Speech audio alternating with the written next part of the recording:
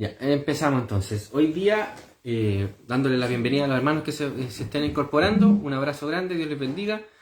Hoy vamos a continuar con los estudios en la ley de Dios, pero como hemos visto, estamos primero introduciendo las categorías para que podamos entendernos cuando entremos de lleno, ¿ya?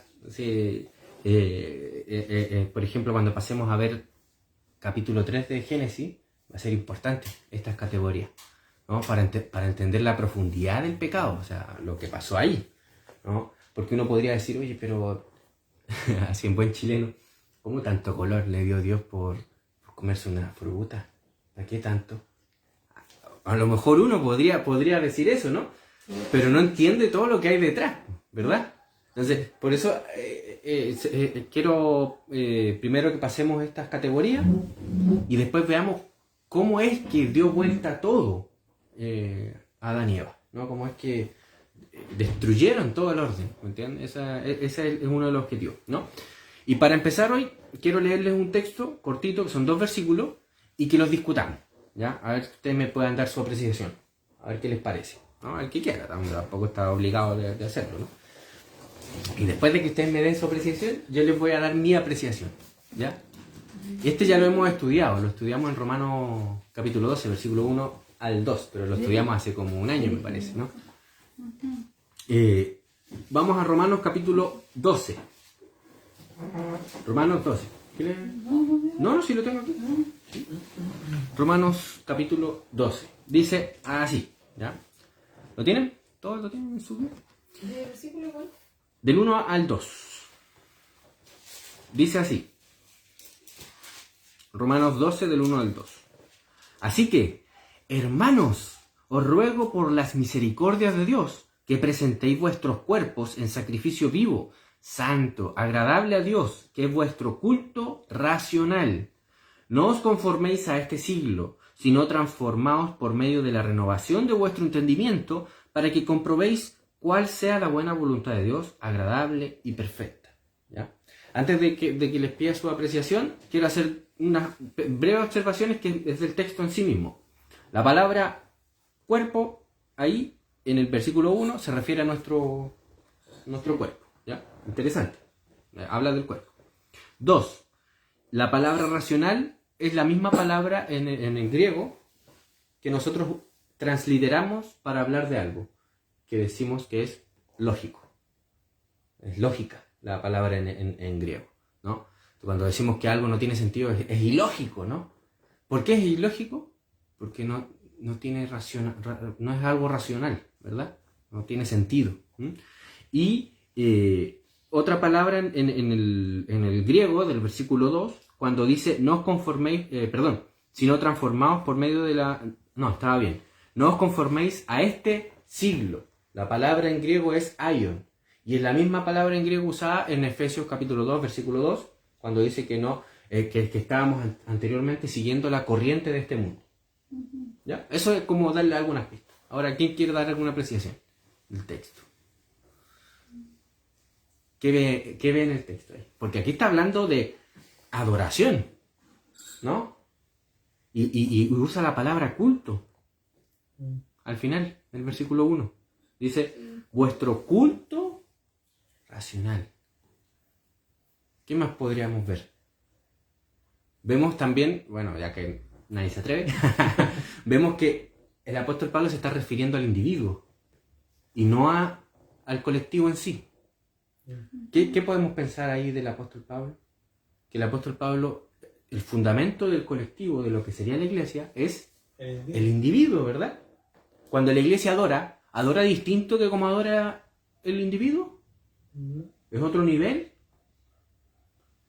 No, o sea, No, la iglesia está formada por la unidad de los individuos. Es la unidad de los individuos. Por tanto, cuando adora la iglesia en su conjunto, ¿debe adorar racionalmente o debe adorar irracionalmente? Igualmente. Racionalmente, ¿no? Sí, pues, racionalmente, que la escuché irracionalmente. No, ya, racionalmente, ¿verdad?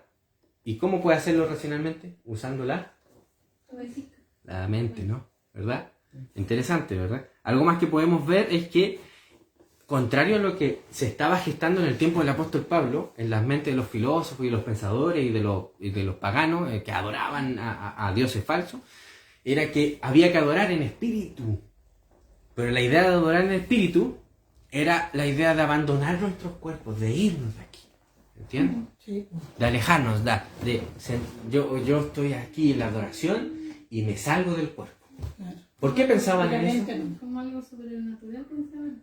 Pero una de las cosas por las que pensaban eso eran porque los paganos siempre han creído que el cuerpo es malo. ¿Me entiendes? Que es algo malo, algo corrupto, que se corrompe, que no, es algo mundano. Entonces, como es algo mundano, debemos requerir, debemos apuntar, ir lo más posiblemente lejos de nuestro cuerpo. Eso es lo que pensaban los paganos. Pero miren lo que dice el apóstol Pablo. Así pues, hermanos, os ruego que por las misericordias de Dios, o sea, como una respuesta a todo lo que Dios ha hecho en nosotros, ¿no? Que presentemos nuestros cuerpos en sacrificio vivo. Sacrificio vivo. Es como que es extraño porque sacrificio vivo es como que se supone que un sacrificio es de muerte, ¿no? Es de sangre. Pero aquí el apóstol Pablo nos está presentando a nosotros el cuerpo en nuestras vidas personales como un sacrificio constante, vivo. ¿Se refiere aquí el apóstol Pablo al culto dominical? ¿Según esto? No, sino Movernos, que desplazarnos entero, o sea, En todo. adorarlo a él. En todo momento, en todo ámbito, en todo segundo, todo minuto, ¿verdad? ¿Mm? Entonces, el apóstol Pablo aquí está llamando a que presentemos nuestros cuerpos, o sea, nuestro ser entero, Entero. ¿Mm? En adoración a Dios, que es nuestro sacrificio vivo, santo, agradable a Dios. ¿Cómo sabemos que es agradable a Dios? Aquí nos va a dar la pista el apóstol Pablo, que es vuestro culto. Relación. La palabra culto se refiere a una adoración. No pensemos hoy en día, como la mayoría de la gente piensa, que culto se refiere a lo que se celebra en los días domingos en los edificios que llaman iglesia, ¿no? No se refiere a eso. Se refiere a una adoración constante, ¿verdad? En cuerpo y alma. Sí, pues, en toda la semana, todos los días de la semana. No hay un día especial para hacer esto, ¿no? De hecho, todos los días son especiales para hacer esto. Todos los días, cada día. En la mañana, en la tarde, en la noche, hasta mientras dormimos, cuando nos despertamos, cuando lo que sea. Esa es la idea básica. Cuando comemos. No os conforméis, versículo 2, a este siglo. ¿Cómo era el siglo? Como ya habíamos dicho. La idea del siglo es Efesios, mire, para que les quede claro, Efesios capítulo 2. Para que les quede claro la idea que tiene en mente el apóstol Pablo, que es la misma que está usando en Efesios, porque Efesios fue escrito por el apóstol Pablo. La carta a los Efesios, capítulo 2, versículo 2. Miren lo que dice. Del 1 para que se entienda. Y Él os dio vida a vosotros cuando estabais muertos en vuestros delitos y pecados. ¿No? Estábamos bajo sentencia de muerte por la ley de Dios. En los cuales anduvisteis en otro tiempo, siguiendo la corriente de este mundo. Es la misma palabra en griego que leímos anteriormente, es la que está usando aquí el apóstol Pablo. Aion. ¿No? Que en Romanos se refiere a ¿cuál era la palabra que usaba? ¿Se me fue? ¿Cuál? Este siglo, el siglo, eso. Usa la palabra siglo, se traduce, mejor dicho, como siglo. Aquí la misma palabra se traduce como corriente. ¿Entiendes? Entonces es la misma idea. Nosotros antes de ser cristianos seguíamos la corriente de este mundo. Sí. ¿Qué quiere decir corriente de este mundo? toda idea, conocimiento, paganismo. ¿Le ha pasado que metodología. cuando están en grupo, siempre como que los grupos tienen una corriente de pensamiento que usted no puede ir en contra de ella porque si no como que desencaja, ¿verdad? Sí, a mí ¿Me entiendes? me ¿Sí? pasaba mucho. Como eso. que desencaja. Y yo me quedaba callada mejor. Claro, exacto, como que Como que no iba conmigo. claro, como que sabes que si lo dices, todos te van a mirar feo.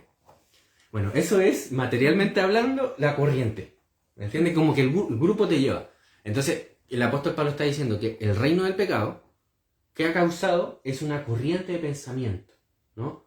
A mí me pasa, por ejemplo, que algunas anécdotas que me ha pasado que cuando estoy en clases, por ejemplo, algunos pueden decir palabras de, no sé, pues de bendición, pero en el sentido bien neutral. Por ejemplo, decir bendiciones en la religión hindú, en las distintas religiones, ¿no? Decir esas palabras que son como religiosas, pero como de buena onda, así como, ¿no? Y yo he hecho la prueba y yo he dicho, el Dios Trino la bendiga, profesora. Y nunca no he recibido respuesta. Pero la profesora sí ha recibido respuesta, o el profesor ha recibido ha dado respuesta acerca de cuando les dan bendiciones en otros códigos de religión. ¿Me entienden? Y yo he hecho la prueba, sí, yo he estado probándolo últimamente. Sobre todo una profesora que era media mística. Un compañero le dijo, no me acuerdo la palabra, pero era un código de bendición de una religión mística, ¿no? Y la profe le respondió hasta en el mismo código, ¿no? Y yo después dije, voy a experimentar, y le mandé una bendición cristiana, pero conscientemente cristiana, que apuntara al Dios Trino. Sí. No recibí respuesta. Y la profesora seguía. ¿Cómo fue eso, más o menos? No, fue estábamos despidiéndonos nomás de la clase. Tú le dijiste bendiciones. No, yo le dije, el Dios Trino de las Escrituras le bendiga, profesor. Entonces ahí quedó como... Que cuesta nombrar eso, el Dios Trino. No, usted puede decirlo de muchas formas. La idea es que la idea es que esa bendición sea conscientemente cristiana. No sea como una muletilla, como decirlo... Claro, que quien la lea entiende que le está dando una bendición personal del Dios Trino. Claro, entiende, lo va a aceptar bien. No es como, oh, qué buena onda, una bendición. Sí, tienen mis bendiciones para acá. Sí. No, que esa bendición compromete. ¿Entiendes? Porque es pactual, ¿verdad? Eso es por todo lo que hemos estado estudiando. Entonces, la respuesta, yo no he recibido respuesta, ya lo he experimentado con 3 profesores. El profesor no responde. Quedan así como que... ¿Y por qué no responde? Porque hay una corriente de ese grupo, en particular la clase, ¿no? Pero que sirve, o que es manifestación de la corriente de este mundo. Eso es lo que está diciendo el apóstol Pablo y lo que quisimos ilustrar, ¿no? Que es algo que lo vemos constantemente, ¿no? Sí. En la misma política, por ejemplo, en los políticos, que alguien se atreva a parar y abrir la escritura y decir, la ley de Dios dice esto, ¿por qué ustedes están haciendo lo contrario? ¿Qué harían? ¿Qué pasaría ahí? Como que desencajaría, ¿verdad? Porque la corriente es otra, la lógica es otra. ¿Y cuál es la lógica de nosotros? La cristiana. ¿Entiendes? Por eso es que desencajamos, o sea, vamos en contra corriente o contra mundo, como diría Atanasio, no tiene nada que ver. ¿No? Lo que ocurre con el WhatsApp, los comentarios, por todo van con la misma corriente. Yo lo he leído, todo una cosa es la misma. Entonces, Dios no te permite a ti que tú sigas la misma corriente, que tú cambies tu manera de pensar o de decir algo a esa persona. Claro, entonces, ¿cómo podemos evitar seguir esa corriente? Como lo que dice aquí. Renovando nuestro entendimiento. O sea, el apóstol Pablo está juntando muchas cosas en una. Adoración, verdad, ¿no? Doctrina, forma de servir a Dios, ¿no? Todo lo está juntando. Entonces hay que tener cuidado y empezar a analizar, oye, está todo unido, no es separado. Entonces cuando yo empiezo mi adoración, o por ejemplo, ahora mismo cuando nos reunimos, cuando cantamos, yo estoy cantando para llegar a un estado así que me permita estar con comunión con Dios. Así como un estado de ánimo, en vez de una preparación de mi mente para poder adorarlo en espíritu y en verdad. ¿Me entiendes? Tengamos cuidado porque a veces la corriente de este mundo también nos arrastra de muchas maneras. Y nosotros intentamos ir, pero a veces nos arrastra, se nos lleva, ¿verdad?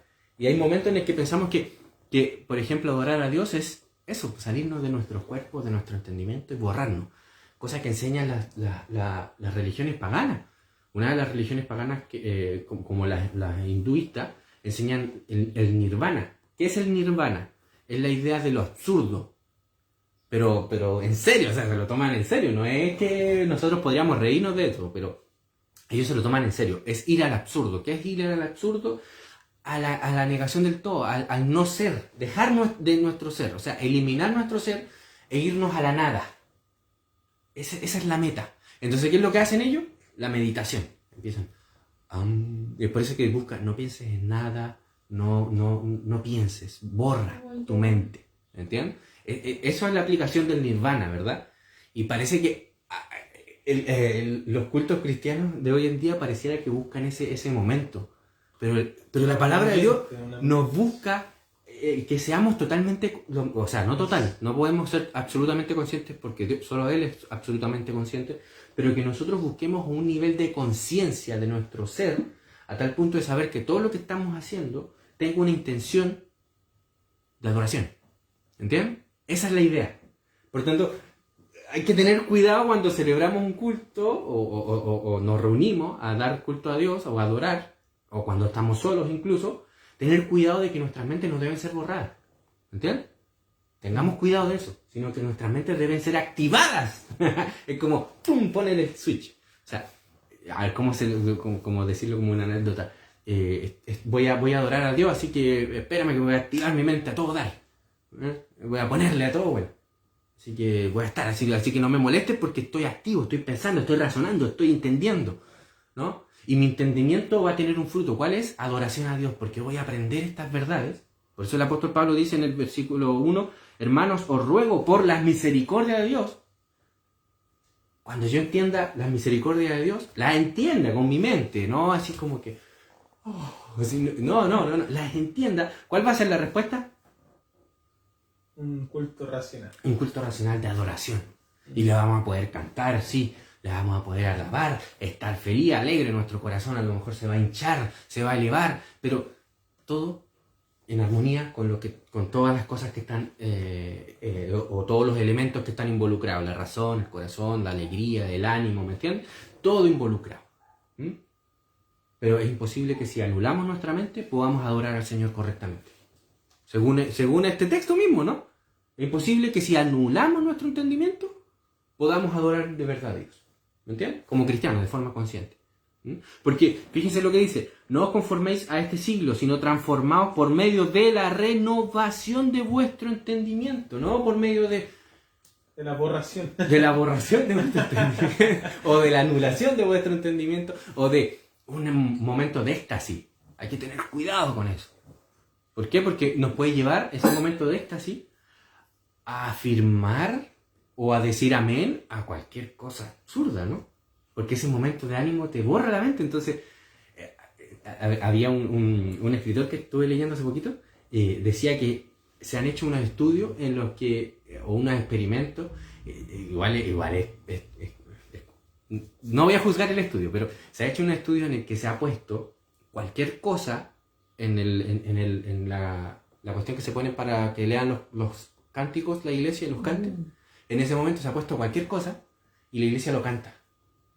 Claro, y reflexivamente. Lo canta sin la razón de lo que está cantando. ¿Pero por qué? Porque lo básico ahí, lo que es importante ahí, según esa presuposición, es el estado de ánimo. ¿Me entienden? Borrar su entendimiento y cantar cualquier cosa. Lo importante es que se lo estoy dando al Señor. Y uno podría decir, ya, a lo mejor es válido. Puede ser, pero sometámoslo a prueba, ¿verdad? ¿No? Porque no es mi opinión la que es válida. O sea, yo puedo decir que porque yo lo digo eso está mal y entonces eso está mal, porque yo lo digo. No, puede que a lo mejor sea correcto, puede que sea correcto que el estado de ánimo sea la adoración. Pero ¿cómo lo podemos juzgar? ¿Cómo lo podemos medir? Con la palabra de Dios, con la regla de nuestra fe, ¿verdad?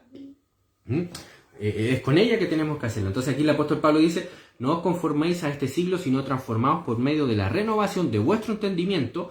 ¿Con qué propósito? Para que sepamos, para que comprobemos. Comprobar. Lo probamos, ¿no? Queda probado, queda asegurado. Cuál sea la buena voluntad de Dios, agradable y perfecta. Nunca va a ser desagradable. Este procedimiento al que estamos apuntando nunca va a ser desagradable, siempre va a ser agradable. ¿Por qué? Porque un entendimiento correcto de las obras, de la revelación de Dios, siempre nos va a llevar a ¿qué cosa? A darle gloria, a darle adoración. ¿Entiendes? Pero ese es el proceso correcto. Si nos saltamos ese proceso, ¿qué va a pasar? Podemos adorar cualquier cosa. Terminamos adorando cualquier cosa y vamos a desagradar a Dios y no podemos comprobar que lo que estamos haciendo es agradable a Dios. ¿Me entienden?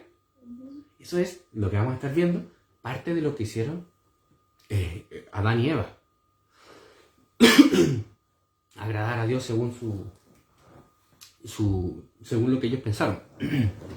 Por ejemplo, ponerse la las hojas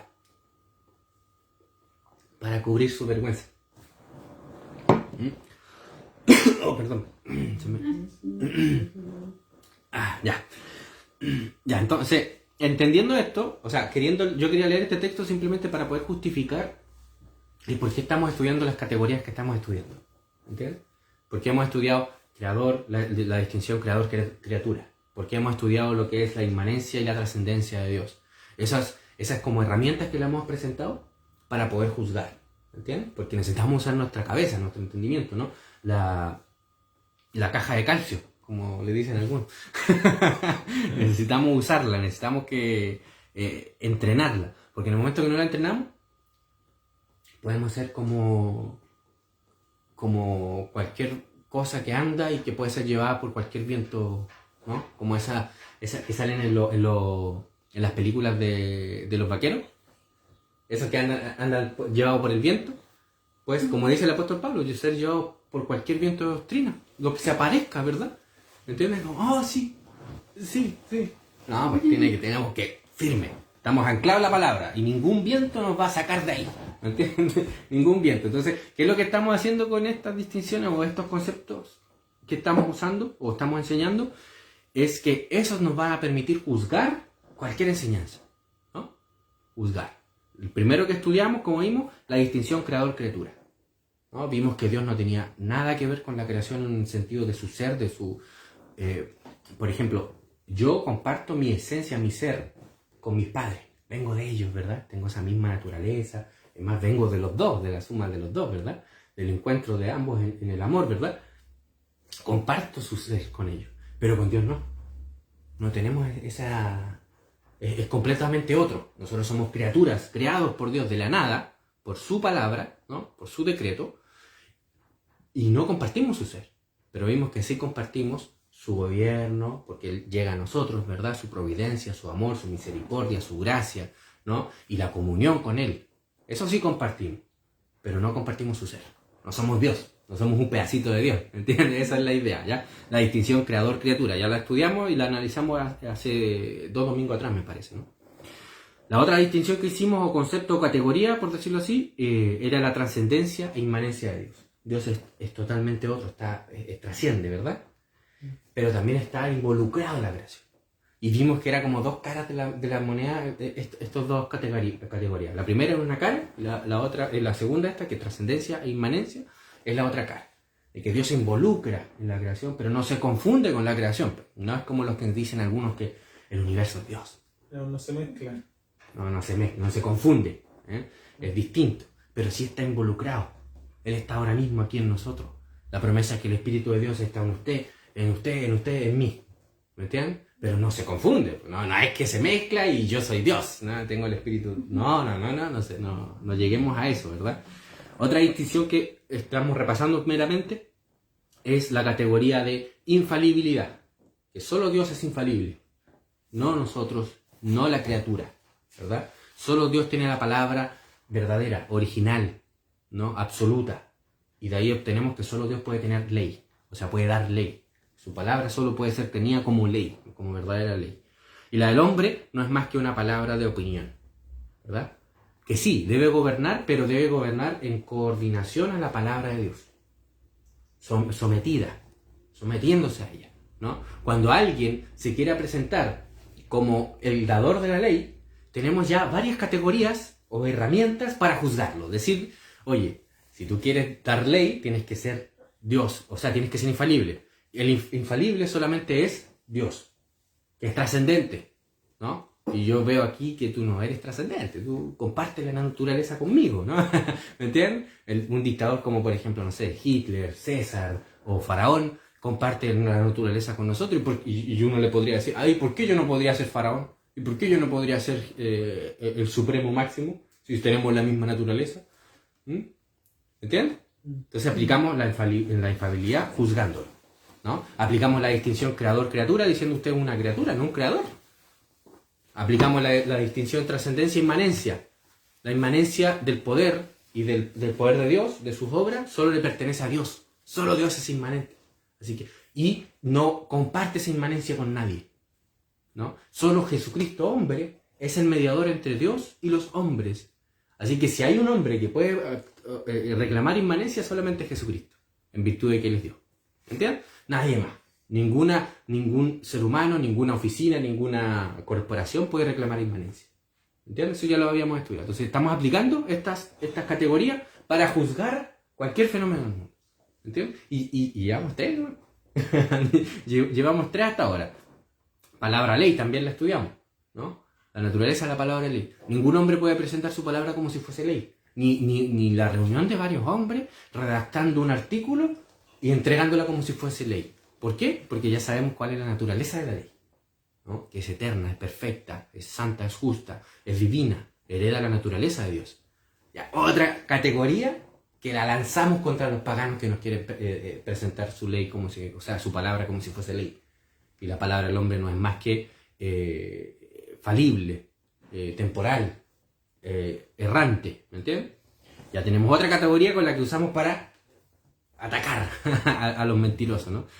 Vimos categoría también, creo que con esta llegamos, la categoría del hombre, ¿no? Vimos que analizamos acerca de qué es el hombre, ¿no? Y entendiendo la antropología es que podemos también juzgar a los hombres. Los hombres no son dioses, ¿no? Son criaturas y están llamados a ejercer dominio sobre la creación, no a ejercer dominio sobre los hombres. Y por supuesto ya pueden recordar el estudio anterior. Ahora pasamos a la categoría siguiente, que es persona. ¿Qué piensan ustedes que es persona? ¿Qué es una persona? ¿Cómo podríamos definir persona? Ahora va a empezar a cobrar sentido porque estamos haciendo estas categorías, porque que pareciera que las tenemos claras, pero como que no tanto. Persona es una criatura, ¿no? Creada a imagen de Dios, no sé. Sí. ¿Abarca eso? Que Dios le dio todavía, que tiene Un alma viviente. justicia, crea, ejerce dominio. No, esta es la definición de persona. Bueno, la palabra, el concepto persona, la categoría persona, es una categoría eminentemente jurídica, ¿ya? Legal, de pacto. Por tanto, ya de entrada empezamos a decir, oye, a ver, ¿quiénes son las personas que pueden estar involucradas, o perdón, las cosas que pueden estar involucradas que sean personas? Entonces empezamos como empezar a distinguir, pero todavía no está del todo, porque podemos decir, oye, en un contrato, que es parte de lo legal, de lo jurídico, puede estar involucrado un perro. ¿Entienden? En un contrato compra y venta, yo le compro un perro, o le compro un animal de, no sé, un caballo. Entonces podríamos decir, puede ser que sea persona en el caballo. Pero ya vimos que está dentro de lo hecho que es jurídico, ¿no? Pero todavía no está del todo. Simplemente estamos como sacando, escarbando y conociendo, ¿no? Pues, persona es ser que es un agente moral. Es un agente moral, pero conscientemente moral, ¿no? Es un agente moral y agente consciente del derecho. Aquí ya como empezamos digamos, a separar. Estamos ejerciendo dominio, estamos separando, uniendo, ¿no? ¿Quién es un agente moral y un agente consciente? ¿El ser humano? ¿Puede serlo, por ejemplo, un caballo? No, ¿verdad? Por tanto, ya vamos dándonos cuenta que, oye, parece que solo pueden ser personas acá, ahora, aquí, los individuos humanos, ¿verdad? Solo pueden ser personas conscientes, ¿no? Del derecho. Solo una persona puede tener obligaciones y gozar de derechos, ¿verdad? O sea, ¿cómo yo tengo una obligación? A través de un contrato, de un pacto, ¿no? Yo me someto a unas obligaciones, pero también gozo de ciertos derechos. Por ejemplo, en un contrato de compra-venta, ¿qué es lo que está ahí? En las dos cosas. Yo tengo el deber de entregar aquello que estoy vendiendo o de entregar aquello por lo que quiero intercambiar, lo que quiero comprar, ¿no? Y por tanto tengo el derecho de tomar lo que estoy comprando y el deber de pagar lo que estoy comprando, si es que soy el comprador, ¿no? Si soy el vendedor, yo tengo el deber de entregar lo que estoy vendiendo y el derecho de recibir lo que estoy lo que estoy, o sea, el monto por el cual, por el que estoy vendiendo la cosa, ¿no? Entonces tenemos derechos y deberes, ¿no? Y eso queda clarísimo en la doctrina del pacto, ¿no? La doctrina del pacto de Dios es distinto, ¿no? Porque, claro, Dios es una persona, la persona por excelencia, ¿verdad? Y Él nos entrega un pacto. Ese pacto nos entrega a nosotros derechos y bendiciones, podríamos decir, más que derechos. Bendiciones más que derechos, ¿no? Porque no podemos reclamar con Dios nada, ¿verdad? Sino que es todo por gracia, o sea, nos da un pacto por la gracia, o sea, nunca, nosotros no nos involucramos con Él, ¿no? Pero tenemos bendiciones que serían como, digamos, los derechos, pero también los deberes, ¿verdad? ¿Queremos disfrutar de las bendiciones? Debemos cumplir con los deberes, ¿entiendes? ¿Comprenden la idea? Es básico, ¿no? Sí. Entonces, la persona es un ser que es un agente moral y agente consciente del derecho. Solo una persona puede tener obligaciones y gozar de derechos. Los seres que no son personas, seres vivos y no vivos, ¿no? Como por ejemplo los animales y pues, las cosas, un sillón, ¿no? Una mesa, no son agentes morales, pero pueden ser parte del derecho de una persona o de personas como un bien económico, ¿no? O por ejemplo, un perro puede ser parte del derecho de una persona, ¿entiendes? Un sillón, una casa es parte del derecho de una persona, ¿comprenden? Es parte. No, pero hay que hacer la distinción, no son las personas. ¿Entiendes? No son personas. Todas las criaturas distintas al hombre no son personas ni tienen derechos. Qué fuerte que suena esto, ¿no? Todas las criaturas distintas al hombre, esto es, que no son personas, no son personas ni tampoco tienen derechos. Esto es fundamental, que lo creamos. Sí, porque no son personas. No son personas. Y como no son personas, no tienen derecho. ¿Entiendes? Sin embargo, aquí podríamos decir, como no tienen derecho, los perros, o los gatos, o los animales, podemos hacer y deshacer como queramos con ellos. ¿No? Los matamos, o jugamos con ellos, o hacemos lo que queramos con ellos. Pero ¿por qué no se puede hacer? No porque sean personas, sino porque son propiedad. ¿De quién? De Dios. Propiedad de Dios. Y por tanto deben ser usados según la voluntad de Dios, según los límites de la ley de Dios. Y debemos cuidar su creación. Exacto, ¿me entiendes? Pero no porque sean personas, no tienen derechos, ¿me entiendes? Somos nosotros los que tenemos. Es Dios que tiene derechos sobre sus criaturas, ¿me entiendes? Aquí estamos hilando fino, pero estamos demostrando que sí, que los animales deben ser tratados según la ley de Dios, ¿me entiendes? En virtud no de que sean personas, sino en virtud de que son propiedad de Dios, ¿me entiendes? ¿Comprenden? Entonces cuando yo estoy gozando de tener posesión de un animal, como por ejemplo un caballo, una vaca, ¿no? Yo lo voy a usar para beneficio mío, sí, pero tengo que tratarlo como criatura de Dios, ¿entiendes? Y por tanto no lo voy a hacer. Por ejemplo, la ley dice que no pondrás bozar al buey que trilla, no le voy a impedir alimentarse de lo que está mientras está trabajando, ¿entiendes? Porque no es meramente una posesión mía y lo trato como se me dé la gana, ¿entiendes? Entonces Dios dice, oye, la ley de Dios nos entrega y nos dice que debemos darle de comer a los animales, no usarlos meramente, ¿entiendes? Pero siempre teniendo en cuenta que no son personas. Hay casos en los que, por ejemplo, elegir se está cayendo un perro y un ser humano. O sea, nuestro deber es siempre elegir al ser humano, hacerlo vivir. Siempre. Porque es persona. ¿Entiendes? Persona. Secundario el animal. Siempre. ¿Entiendes? Eso es lo básico, lo fundamental, ¿verdad? Pero si tú ves un hombre maltratando a ese animal. Maltratando al animal, si está maltratando al animal, no tengo yo la facultad de castigarlo a él. Lo que sí puedo hacer es denunciarlo digamos, predicándole, demostrando con la ley de Dios que lo que está haciendo va a recibir juicio de Dios. Pero yo no tengo la facultad, ni ningún hombre, de castigarlo. Porque la ley de Dios no nos da la facultad para... Con facultad quiero decir que nos da... Que en palabras fáciles, que Dios no nos dice, ya cuando vean que alguien está haciendo eso y como está mal, pues usted o cualquiera de los hombres que lo vean tienen digamos, tienen el, a ver, como para no usar la palabra facultad, tienen el permiso mío de castigarlo. Pues no, Dios no nos dio esa facultad. No nos dio la facultad de castigarlo. Por eso que la ley Cholito no es una estupidez, ¿no? En el sentido bíblico. No, es una aberración. Porque el ser humano no está, ejemplo, porque tú usas ley Cholito, el hombre hoy en día no está cuidando a los animales. Pero es que los maltratan, les pegan. Está bien, no está cuidando a los animales y lo que nosotros lo hacemos, debemos hacer es predicar la ley de Dios, ¿me entiendes?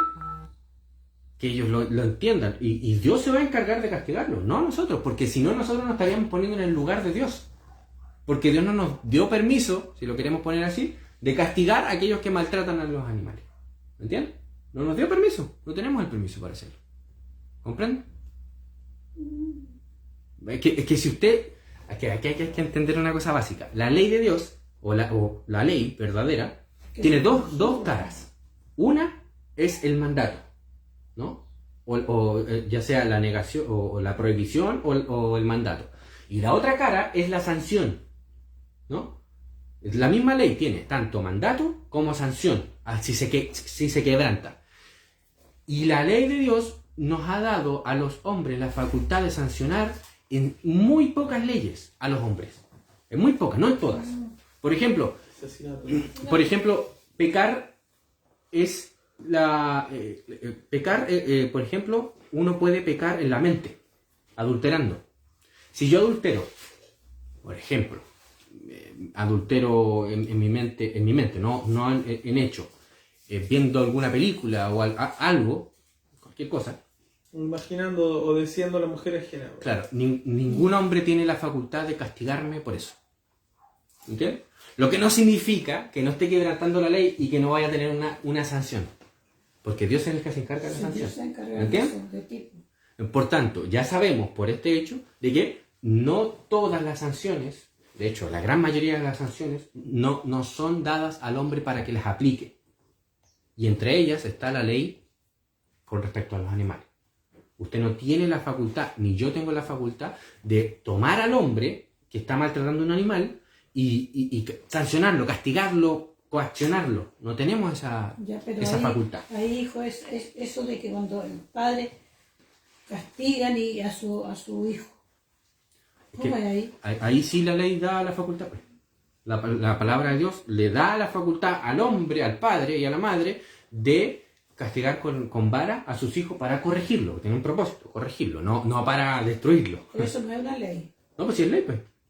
Porque sí le dio al hombre, al padre y a la madre la ley. Por ejemplo, en Deuteronomio se enseña, en Proverbios también se alienta a que el hombre, como padre, debe sancionar a sus hijos cuando se comportan mal con vara. Pero por supuesto con un propósito. Para corregirlo, no para destruirle el potito, ¿no? Sino para darle para que aprenda, ¿no? ¿Me entiendes? Entonces, ahí sí el Señor nos ha dado una facultad. Pero si el Señor no nos ha dado la facultad, por ejemplo, o sea, nos ha dado la facultad para sancionar a nuestros hijos, pero nos ha dado la facultad para sancionar al hijo del vecino. ¿Me entiendes? ¿Comprenden la idea? Hay que hacer las distinciones de vida. Y en ese sentido, quien maltrata a un animal que es suyo, Dios no nos ha dado la facultad de maltratarlo a él porque lo maltrata al animal. Ahora, si nosotros tenemos misericordia del animal, podemos decir, ¿sabe qué vecino o sabe qué amigo? Le compro el animal. ¿Me entiendes? Pero no tenemos la capacidad de ejercer dominio sobre esa persona. Para ejercer dominio, o sea, para coaccionarlo, limitarlo, sabe que te vamos a castigar. ¿El gobierno civil no puede ser un mediador? Es que ¿No hay sanción? No, pues porque esto es algo privado, ¿entiendes? Algo totalmente privado. No, la sanción es divina. Dios lo va a castigar. Sabe Dios cómo. El problema es que nosotros somos ateos en ese sentido. Negamos a Dios cuando creemos que si no hacemos nada, Dios no va a hacer nada. ¿Me entiendes? Estamos pensando de forma atea. Y estamos deshonrando a Dios con nuestro actuar. Porque estamos diciendo, si yo no hago algo, Dios no lo va a hacer porque yo sé que no va a hacer nada y se va a salir con la suya. Claro, va a quedar sin castigo. entonces estamos pensando como verdaderos ateos. ¿Me entiendes? Porque estamos pensando que Dios no tiene el poder de dar su juicio en la historia. Entonces, si yo no hago nada, se va a salir con la suya este malnacido. ¿Me entiendes? Y que ¿Comprende? la humanidad se ve de que el ser humano no va a tener ese control, po. No lo va a tener. Porque, por ejemplo, los que estamos estudiando y ahora estamos viendo eso, sí lo vamos a tener.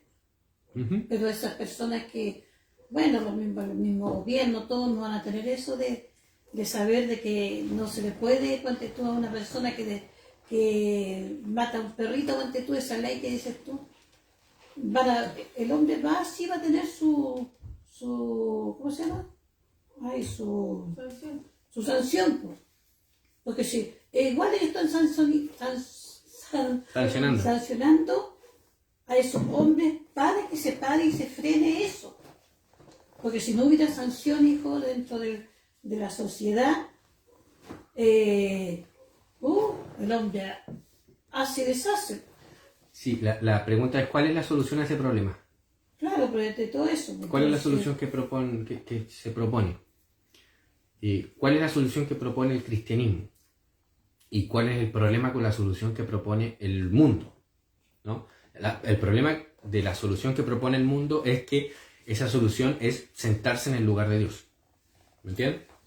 Ya, pero el ser humano no Y está. el cristiano no puede apoyar tal solución porque estaría blasfemando, o sea, estaría otorgándole a quienes hacen eso un atributo divino. ¿Me entiendes? Ya, pero si no lo hacen, no tienen esto que estamos aprendiendo nosotros. Volvemos a lo que le dije anteriormente. Entonces, pues. Si no lo hace, ¿qué va a pasar? Es Si como no lo si tú hace. le dices a tu hijo, ponte tú, si tú le estás sancionando, si tú haces eso, espérate nomás, te voy a castigar después. Le estás sancionando. Pero ella está sabiendo que va a haber una sanción. En cambio, el ser humano no. Pues. Tiene que poner leyes el Estado, tiene que poner estas cosas para poder que sí. Pero se fija que está cayendo en lo que dije anteriormente. Que si usted cree que si no se hace algo, entonces Dios no va a hacer nada. Entonces tenemos que hacer algo. Porque si no hacemos nada, Dios no hace nada. ¿Me entiendes? No. ¿Pero qué eso está diciendo? No, porque nosotros mismos como papá, tú pones tus sanciones, po. Pero está bien, pues a nuestro nivel. Sí, pues, pero a nuestro nivel, porque Dios nos dio la jurisdicción de poder aplicar la ley. Claro, pero nosotros sí, pues. Pero Dios no le ha entregado la atribución al Estado para que lo haga, pues. Bueno. Por eso que te digo que el Estado nunca va a tener esto que estamos aprendiendo nosotros. Que Por eso. sabemos. Por eso, entonces, ¿cuál sería la solución? Que la iglesia empiece a enseñar esto, porque si usted dice que como nosotros sabemos esto, porque hemos sido enseñados, no lo vamos a hacer. Entonces, ¿cuál es la solución? No es que el Estado haga la ley, sino que enseñemos la ley. Por ¿Me eso te entiendes? digo, mientras no lo sepan, ellos van actuando mal la vida. Claro, pero mientras, es que lo saben que eso está mal y saben que van a ser juzgados toda persona, porque Dios se revela a través de la creación en todos los seres humanos. Por tanto, cuando el ser humano hace lo malo, él sabe que está haciendo lo malo. Por ejemplo, si tu hijo está haciendo algo malo, ¿qué haces tú? Es que el deber suyo es corregirlo. ¿Entiendes? Esa es la idea. Sí. Porque Dios le ha ordenado a los padres que lo corrijan. Claro. ¿Me entiendes?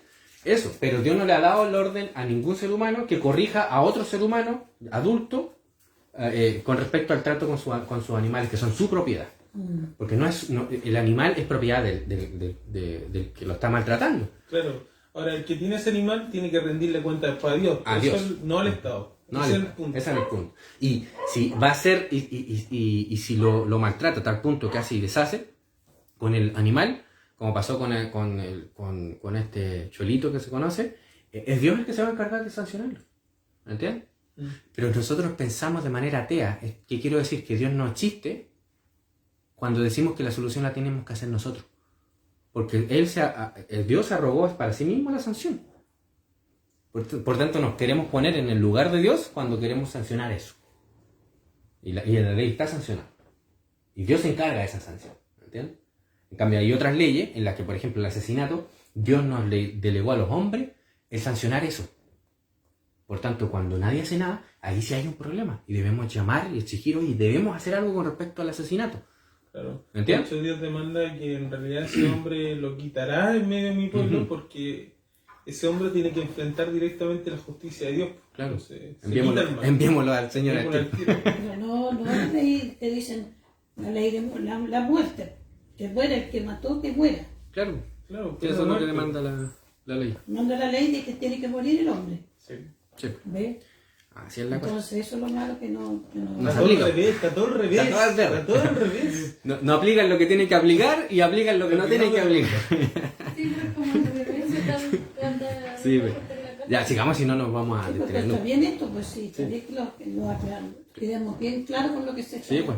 Pero vamos en la mitad, todavía no termino este concepto de la persona. Todas las criaturas distintas al hombre no son personas ni tienen derecho. ¿Ya? La tierra y los seres vivos son propiedad última de Dios, quien es la persona por excelencia. Y Él, en su ley, exige cierto trato con la tierra y los animales. Levítico 25. El libro de Levítico, al inicio, en el Pentateuco. ¿Cuántos números? Levítico 25. Libro de Levíticos, es el tercer libro de la Biblia. 25, capítulo 25, versículo 1. Mira. Dice así: Jehová habló a Moisés en el monte de Sinaí, diciendo: Habla a los hijos de Israel y diles: Cuando hayáis entrado en la tierra que yo os doy, la tierra guardará reposo para... Porque, ¿de quién es la tierra? Sí, señor. Sí, señor. El Señor, pues. Sí, pues. Y por tanto debe ser usada en los términos y la ley de Dios, ¿no? Y ahí empieza a hablar los requisitos, ¿no? Sí. Y fíjense lo que dice, más en el versículo 6, porque en los anteriores dice cómo se tiene que usar la tierra. En el versículo 6 dice: Más el descanso de la tierra te dará para comer a ti, a tu siervo, a tu sierva, a tu criado y a tu extranjero que morará contigo, y a tu animal y a la bestia que hubiere en tu tierra.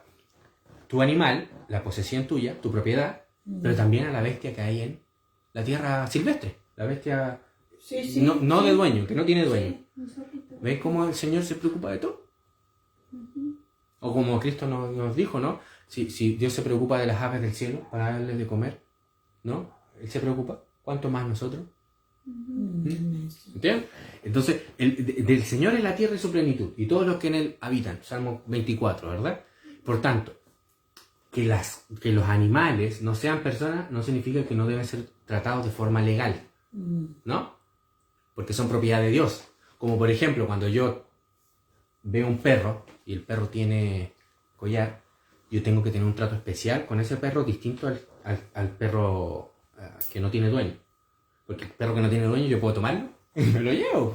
¿Ya? Venga para acá, ¿no? Pero el que tiene collar, el que tiene señal de que tiene dueño, oye, ahí hay un propietario. Y por tanto yo estoy digamos, en una situación jurídica en la que no puedo tomar de ese perro ni disponer de ese animal para mí. ¿Entiendes? Porque tiene dueño. ¿Comprendes? Eso pasa con la tierra y con todos sus habitantes. Por eso es que nosotros debemos tratar con los hombres, con los animales, con la tierra, con todo, como que si hay un dueño. ¿Me entiendes? Como que hay un dueño. Y por tanto el dueño nos dice cómo podemos tratar con esas cosas. Con las personas, con las... ¿entiendes? Por eso es que necesitamos la ley de Dios, no la ley de otras cosas. Que imagínate, hijo, de que los antiguos nunca tenían la Biblia en sus manos, pero sí tenían la sabiduría que de esta tierra no se sembraban este año, pero después la dejaban descansar. Entonces, claro, pues, se sembraban otras tierras que ya habían pasado cuánto tiempo, y esa es la que le iba a ser fructífera para ellos. En cambio, esa no. Pero ¿cómo el hombre no leyendo, no nada, cómo lo saben, cómo el Señor me fue enseñando a ellos? Claro. Incluso cuando comemos carne de animal, debe hacerse en los términos del Señor. Veamos Génesis, capítulo 9, versículos 3 al 4. ¿No? No se puede comer la carne con la vida del animal, con la sangre. Exactamente. O sea que incluso cuando comemos una carne que es mía, yo me la compré, pues, esta es mía.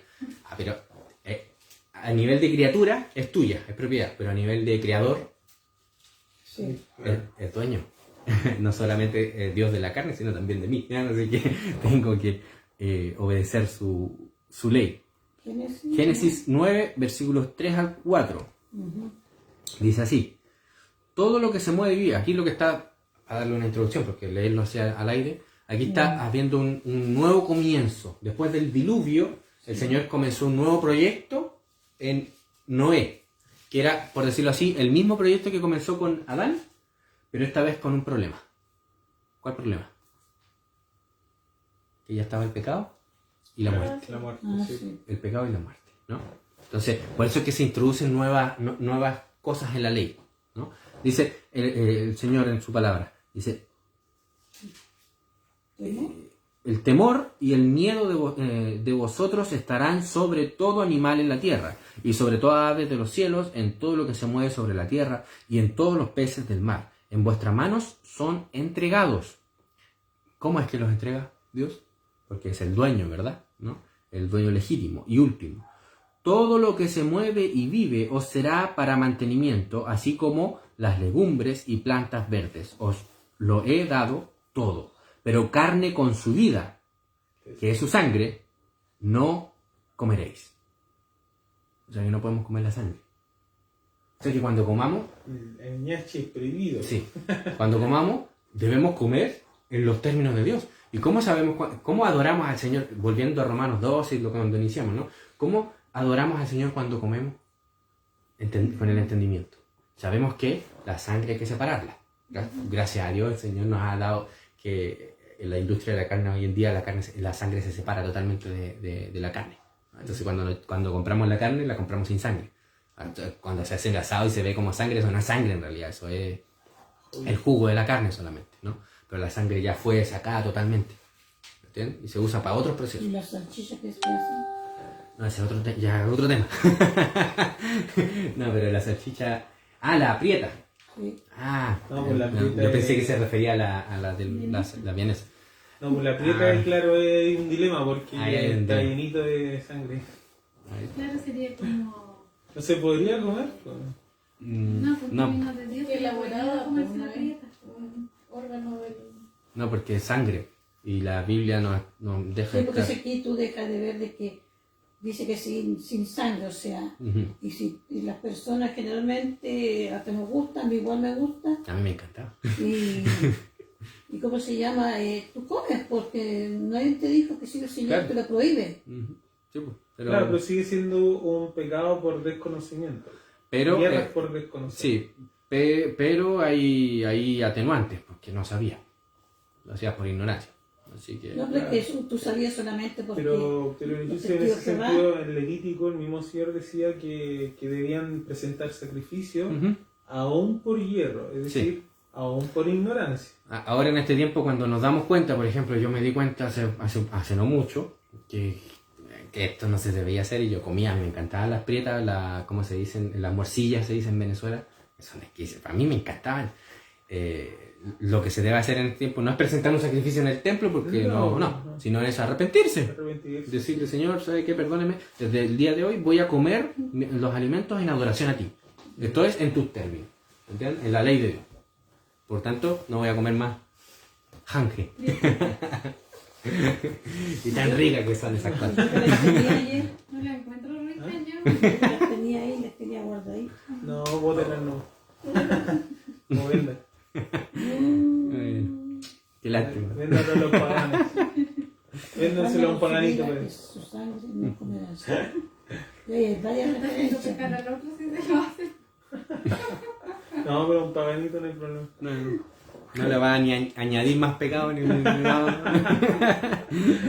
Ya, entonces, con esta categoría de la persona, después de todo lo que hemos hablado, y por supuesto queda mucho por hablar, de hecho hay tratados así, libros de personas, de lo que es la persona, mencionar que fue el cristianismo el único que introdujo el concepto jurídico de persona de forma universal entre los seres humanos. Esto es, añadir a las mujeres como personas, porque antiguamente no se tenían las mujeres como personas, no eran sujetos de derecho, eran una cosa, ¿no? Y Por ejemplo, el que está nacido, no el que está... claro, y el cristianismo a través, por ejemplo, de tratados escritos por Boecio, que es un cristiano del siglo II, más o menos, no, del siglo V, ¿no? O IV, introdujo esta idea de decir, oye, o discipuló al mundo en realidad, como deberían hacer todos los cristianos, discipuló al mundo en esta realidad de que todos los seres humanos son personas, son sujetos de derecho y de deberes, ¿no? O sea, sujeto de derecho, ¿qué queremos decir con sujeto de derecho? Que tiene deberes y bendiciones, ¿no? Derechos, ¿no? Derechos. Porque la idea de la palabra derecho es lo que abarca todo eso, ¿no? Esa es la idea. Entonces tiene derechos y deberes, o bendiciones y deberes, ¿verdad? Como decía Dios, pero el hombre siempre le entregó el derecho. ¿Cómo? Al hombre el Señor siempre le dio el derecho. Sí, le entregó el derecho en el sentido de ley y de los deberes y de las bendiciones que tenía, ¿verdad? Ahora, yo sé, aquí hay que hacer un paralelismo con lo que hoy en día también se ha usado la definición de derecho, porque la derecho igual ha sido desde el humanismo mal tomada, pues. O sea, el hombre con la atribución de querer dictaminar ley le ha permitido al hombre tener deberes y derechos. O sea, ha dado vuelta también el sentido de la definición de la palabra, porque para nosotros el derecho ya no es una bendición. No, porque es que fíjate que quien da el derecho es el que da los deberes y las bendiciones. Claro. Quien da el derecho. ¿Y quién puede dar el derecho solamente? Dios, pues. Dios. Ahora el hombre Y se si el atribuye- hombre da el derecho, el hombre es el que define los deberes y las bendiciones del hombre. ¿Me entiendes? Los define por el que se le dio la gana. Y se sienta en el lugar de Dios. Es por eso que decimos que la ley solo la puede entregar Dios. Ahora, ¿entiendes? en ese sentido... Porque fíjense, que ya te doy una bendición que entrega el Estado hoy en día en Chile a las mujeres embarazadas es poder abortar. Es su derecho, ¿verdad? Oye, se ha sentado en el lugar de Dios el Estado. Blasfemado. ¿Entiendes? Ahora, No, y lo que pasa es que los derechos humanos que se dicen hoy en día no son derechos, entonces no. son maldiciones. Sí, pues, no, están, bueno, es que ahí hay que entender, ahí hay que juzgar con otra categoría que vamos a pasar dentro de poco, que es la categoría de pacto. Claro, ¿Sí? que está en otro parte. Sí, porque si el gobierno está dando el derecho a eso, pienso que cada mujer va a tener que dar cuenta el día de mañana de lo que está haciendo, porque está consciente de que no debería hacerlo. O sea, a mí me da el Estado eso de que sí puedo hacerlo. No está pensando, o sea, esa persona no tiene un Dios en su vida. Si tiene Dios, pues el Estado. Por eso El te Estado es su digo, Dios. El Estado es su Dios. Sí, pagana, extrema. Porque él le está dando esa libertad. Pero esa persona no está pensando que hay un Dios que sí y le dice que no. Por eso lo importante de decir que solo Dios puede definir el derecho.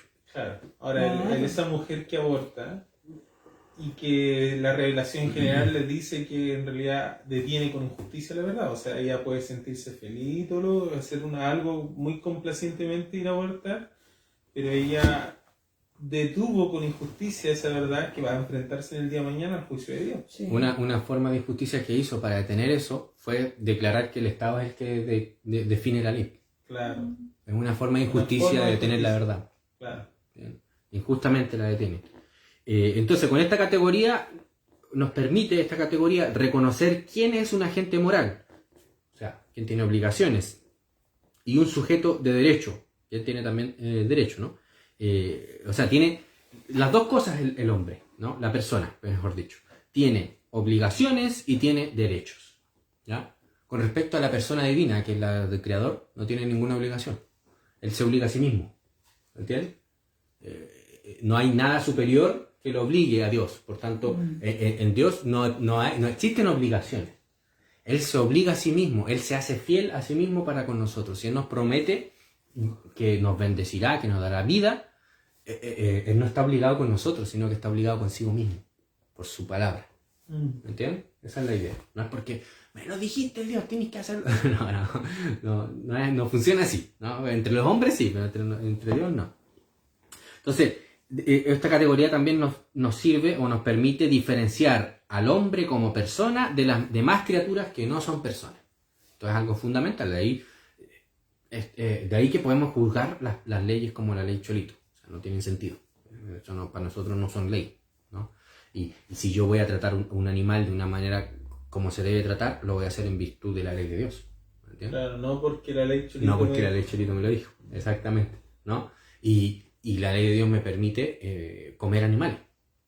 Los que redactaron la ley o los que inspiraron la ley Cholito buscan que los animales sean personas y que no se puedan comer animales.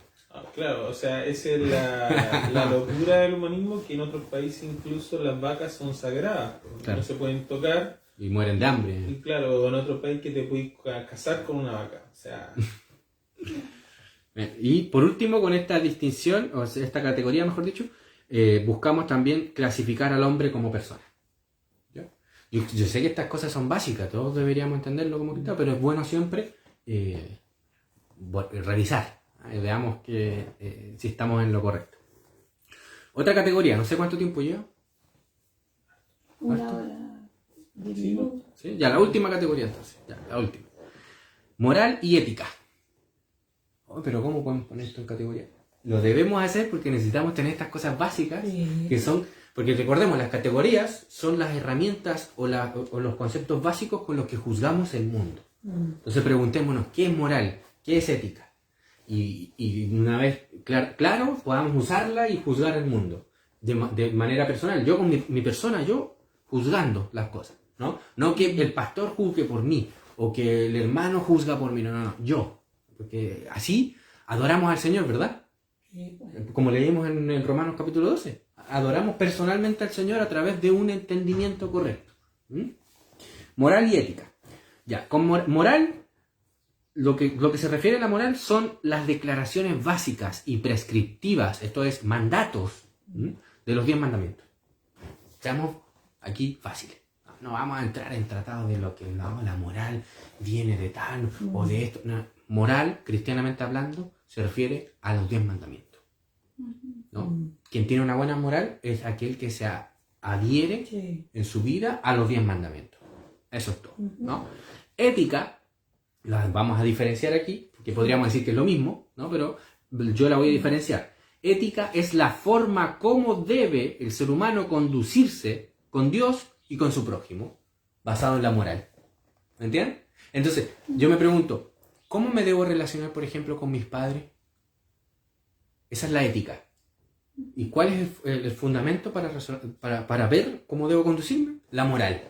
¿Me entiendes? Entonces, la ética es cómo nos conducimos. ¿Me entiendes? Lo que el Señor te ordena. Exacto. Entonces nos preguntamos, ¿cómo debo conducirme en este particular? Ahí yo aplico la ética. Conducirse con su suegra. Exacto. ¿Entiendes? Cómo la suegra debe conducirse con su yerno. Sí. Importante, muy importante. Destaco en amarillo. Yo por rojo. Entonces, ¿ven la diferencia? Entonces, moral, ¿qué es? La de mandamientos. Los 10 mandamientos. Y la ética es cómo vivimos los 10 mandamientos. ¿Me entiendes? ¿Cómo los vivimos? ¿Ya? Esa categoría la vamos a usar aquí. ¿No? Otros van a decir otras cosas, ¿no? Pero nosotros la hacemos fácil y así lo O vivimos. sea, ahora entiendo la categoría que utilizaba Antilo Ruiz Duni, que el problema del hombre es no ético, es decir, es moral. Es moral, exactamente. Es ético y Que moral. marca su vida. Ignora los mandamientos, entonces así no se puede conducir éticamente. Claro. Por eso decimos... Muy bien. ¿Está toda una teoría? Sí, muy bien. No la vamos a mostrar nomás porque se pone sí. ¿No te mandaste nunca, hijo? No he visto si me han mandado, pero es que no veo bien de aquí. Pero la cuestión es que el pacto tiene implicaciones éticas, porque el pacto nos ordena a hacer, a actuar, ¿verdad?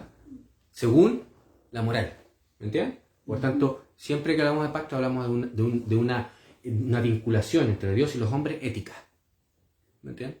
¿Qué deben hacer? Eso deberías estudiarse un poco los mandamientos. Es que para allá vamos, por eso necesitamos estas categorías, para cuando estudiemos la ley, vamos a recordar todas estas categorías. Y así cuando yo esté hablando, estemos todos hablando en el mismo lenguaje. ¿Entiendes? La categoría básica. ¿Ya? Moral, entonces, es una declaración de la voluntad de Dios en abstracto. ¿Qué quiero decir en abstracto? Que no se vincula, por ejemplo, a la ley, no matarás. No se refiere a ningún hecho en específico, ¿no?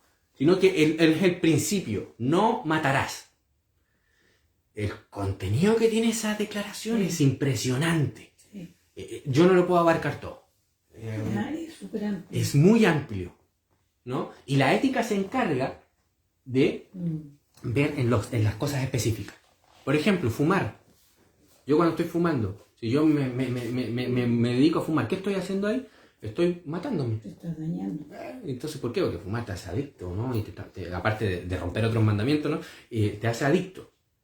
¿Entiendes? Y te estás matando a ti mismo, porque por último fuma tabaco solo, ¿no? Cigarro, tabaco solo hace más bien, ¿no? Pero el cigarro con todos esos químicos que tiene, te estás matando. Y podemos ver, apliquemos la palabra ley fundamental de la moral, que es no matarás, a este caso dado específico. ¿Entiendes? Y juzguémoslo, a ver qué tal. ¿Entiendes? Es amplio. ¿Comprende? Entonces es muy amplio. La palabra, el mandamiento, no matarás, es de un contenido que solamente Dios pudo crearlo.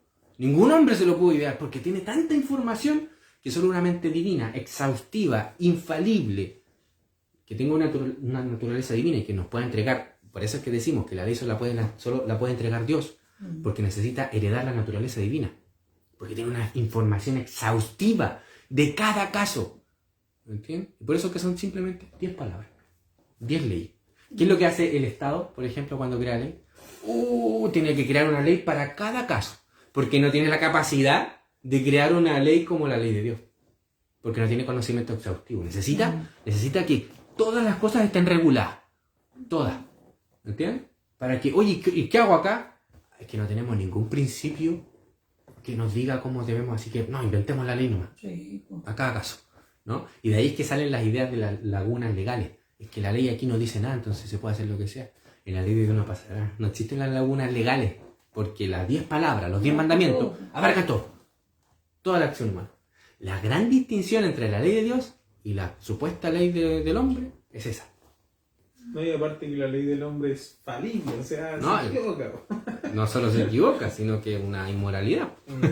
¿Por qué sería inmoralidad? A Pero ver. aún así nadie la Porque cumple. atribuye un atributo divino a la palabra del hombre. Bueno. Claro, también. ¿Y también por qué? Porque no se basa en la ley moral. Claro. En la moral, ¿verdad? Porque por último, si fuese una aplicación de la ley moral, se basara la ley chilena, por ejemplo, en los 10 mandamientos, ahí podríamos decir, ya es una ética que es más o menos correcta, podemos diferir en las interpretaciones y todo, pero por lo menos intenta conscientemente aplicar la ley de Dios. Pero estos no lo hacen así. No, ellos desechan la ley de Dios, los 10 mandamientos, y quieren inventarse su propia Es que ley. además yo pienso que la ley terrenal es más castigo que los beneficios que entrega una ley. Porque siempre nos está ahí a todos cortando, digamos, que si no haces esto, ya te van a cobrar esto, te van a cobrar esto otro, te pasan la multa, te pasan esto. Pero es que por eso, Muerte. porque la ley del hombre proclama, lo estudiamos hace unos domingos atrás, o digamos reclama para sí la inmanencia y negando la trascendencia. O sea, todo el poder reside en ese canal, en el Estado, el poder absoluto de Dios, supongamos, ¿no? Pero ellos niegan trascendencia, niegan que exista Dios. Entonces todo ese poder está ahí. Y por tanto, todas las cosas, toda la acción humana debe ser regulada y debe ser controlada por ellos. Y por eso que la ley del Estado es para todo.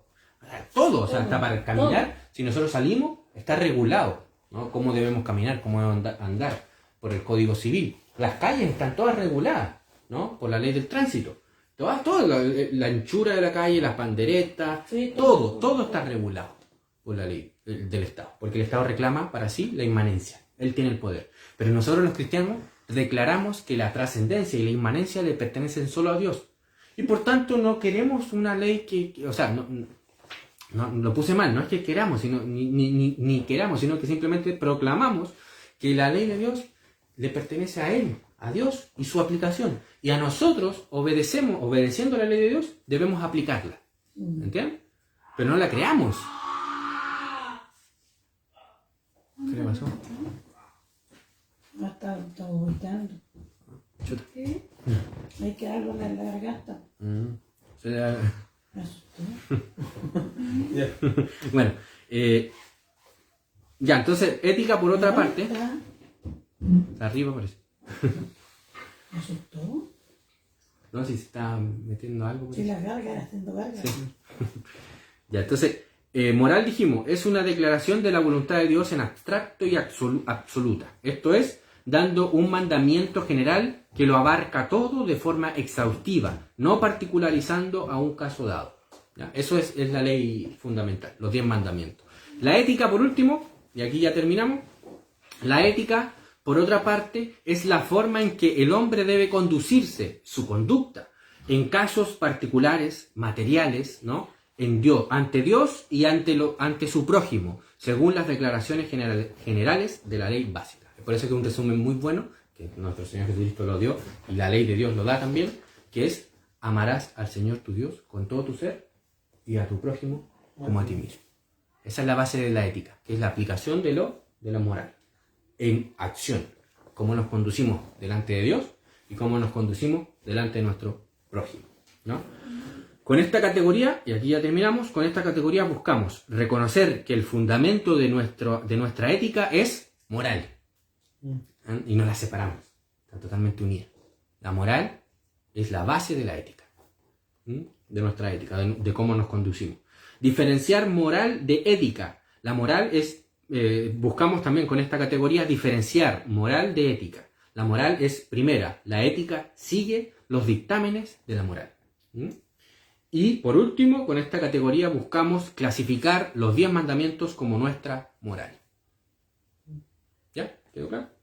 ¿Alguna pregunta, alguna duda, algún análisis final? Tenemos que seguir derechito nomás a lo que Dios nos manda. Ahora, yo tengo una duda, quizá, no sé, una duda que nos va a dar para conversar más adelante, pero ¿hay distinciones en la ley de Dios de que un pecado es mucho más grave que otro? ¿Serán más graves los pecados de la primera tabla que los de la segunda tabla? No, porque quebrantas uno y te haces culpable de todo, de fundamento. Pero hay que aplicar también la distinción creador-criatura.